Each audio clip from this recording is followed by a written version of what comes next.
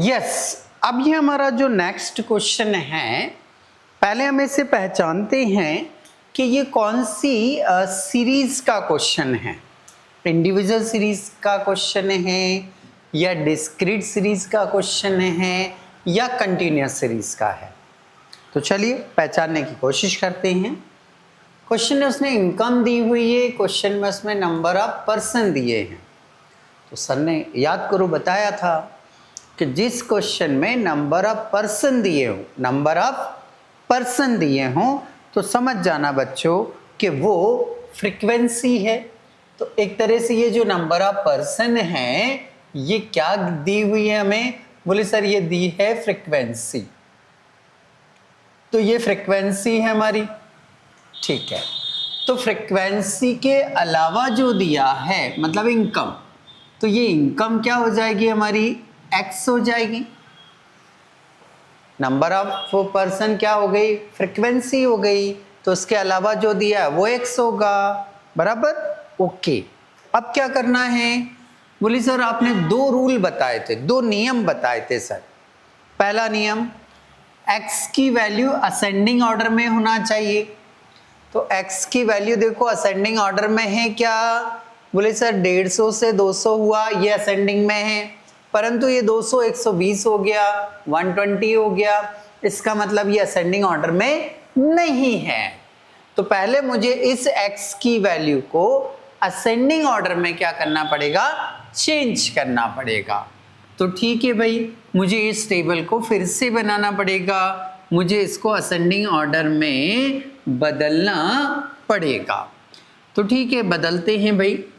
Ascending order में बदलने के लिए सबसे छोटा अंक जो है पहले हम वो लिखेंगे, सबसे छोटा अंक जो है पहले हम उसको नोट करेंगे, फिर उससे बड़े अंक को, फिर उससे बड़े अंक को। तो चलिए हम यहाँ नीचे अरेंज कर लेते हैं x में से देखो सबसे छोटा अंक कौन सा है, बोले सर 120, ये रखा मैंने। अब थोड़ा सा सोचने लायक पॉइंट है, थोड़ा सा ध्यान लगाइए आप कि जब मैं 120 लिख रहा हूँ तो इसके सामने की फ्रीक्वेंसी जो 16 है वो भी यहीं आनी चाहिए। यहाँ गलती होती है, यहाँ ध्यान देना आपको। यदि मैं 120 सबसे पहले लिख रहा हूँ, क्योंकि सबसे छोटा अंक यही है ना मेरा, तो 120 लिख रहा हूँ तो साथ में इसकी फ्रीक्वेंसी भी यहाँ आएगी। 120 का प्लेस में चेंज कर रहा हूँ, साथ में उसकी फ्रीक्वेंसी भी आएगी। मैं उसकी फ्रीक्वेंसी को वही नहीं छोड़ सकता। अच्छा, मुझे असेंडिंग ऑर्डर में जो जमाना है वो केवल x को जमाना है, मुझे फ्रीक्वेंसी को असेंडिंग ऑर्डर में नहीं जमाना है। फ्रीक्वेंसी ऊपर नीचे चलेगी, बस x असेंडिंग ऑर्डर में चाहिए मुझे, ठीक है। अब 120 से बड़ा जो वैल्यू है वो 150 है, तो 150 आएगा। अब इसकी फ्रीक्वेंसी 1 आ जाएगी, फिर 200 आएगा, 200 की फ्रीक्वेंसी कितनी है 20, 250 आएगा, 250 की फ्रीक्वेंसी कितनी है 17, फिर 300 आएगा, 300 की फ्रीक्वेंसी कितनी है 12। तो ये एक रूल लगा लिया हमने कि हमारा जो x का वैल्यू है वो वैल्यू हमेशा कौन से ऑर्डर में होना चाहिए, असेंडिंग ऑर्डर में होना चाहिए। तो जमा लिया मैंने। अब मुझे दूसरा रूल लगाना है। कौन सा रूल लगाना है, दूसरा रूल लगाना है। क्या रूल लगाना है, बोले सर आपको सेकंड रूल ये लगाना है कि f को ऊपर से ऐड करके CF बनाना है। f को ऊपर से ऐड करते जाओ, CF बनती जाएगी। कैसे, ये 16 एज इट इज लिखो, लिख दिया। इस 16 में इस 1 को प्लस करो, हाँ कर दिया, ये 17 हो गया।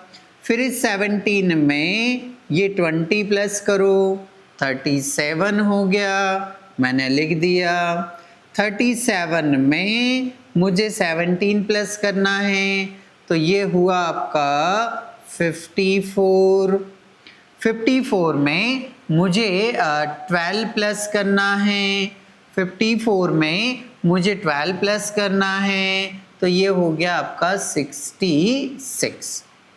तो यहाँ तक पहुँच गए हम, 66 आ गया हमारा। ओके सर, मतलब मेरी f की जो टोटल होगी वो n कहलाएगी। तो n कितना आएगा आपका? बोले सर इसकी टोटल 66 आई। मैंने मेरे डिस्क्रीट सीरीज के दोनों रूल लगा दिए। x की वैल्यू असेंडिंग ऑर्डर में चाहिए थी, कर ली मैंने। f को ऊपर से ऐड करके CF बनाना था तो मैंने बना लिया। ओके, अब मैं फार्मूला लगाऊंगा। फार्मूला यहाँ ना लिखते हुए मैं यहाँ लिख रहा हूँ। फार्मूला जो लगाना है हमें वो पहले नोट कर लेते हैं हम। तो चलिए नोट करते हैं फार्मूला। फार्मूला है हमारा m इज इक्वल, क्या है formula? n+1 divided by 2 bracket close th item. ठीक है भाई, तो m इज इक्वल, ठीक है ये लिखा हमने, m इज इक्वल, ब्रैकेट लगाना था लगा दिया, लाइन खींचनी थी खींच दी, वैल्यू पुटअप करना है चलो करते हैं। n की वैल्यू हमने यहाँ नोट डाउन की है 66, तो ये 66 रखेंगे हम, प्लस ये वाला 1 डिवाइडेड बाय 2, यहाँ रखना आपको th आइटम। ठीक है सर, अब ऊपर वाली वैल्यू को प्लस कर लो, ब्रैकेट को ओपन कर दो, m इज इक्वल कितना हो गया? 67 डिवाइडेड बाय 2। 67 को 2 से डिवाइड करिए, कितना आ जाएगा आपका? बोले सर डिवाइड कर रहे हैं तो ये आएगा आपका 33.5। जो भी वैल्यू आता है उसे आप CF में देखें, CF में देखो। तो 33.5 CF की किस वैल्यू में आ रहा है वो देखना है। चलो जल्दी बताओ, इस 16 के अंदर 33 आ रहा है क्या? बोले नहीं आ रहा है सर। इस 17 के अंदर 33 आ रहा है क्या? नहीं आ रहा है सर। इस 37 के अंदर ये 33 आ रहा है या नहीं आ रहा है? हाँ सर आ रहा है। ये 33 जो है इस 37 के अंदर आ रहा है। ठीक है, तो ये वाला जो पूरा सर्कल है, ये वाला जो अमाउंट है, इसको इस तरह से सर्कल लगा दीजिए, इसको इस तरह से सर्कल लगा दीजिए। लगा दिया। अब कितनी वैल्यू दिख रही है? 1 2 3, 3 वैल्यू दिख रही है। तो इनमें से जो x की वैल्यू होगी, किसकी वैल्यू? x की वैल्यू होगी, वो हमारा आंसर होगा। तो इन तीनों में से x की वैल्यू कौन सी है? बोले सर 200 है। तो यहाँ पर आपका मीडियन आ गया, मीडियन आ गया 200। तो इस तरह से हमारा ये क्वेश्चन यहाँ आकर क्या हो जाता है? कंप्लीट हो जाता है।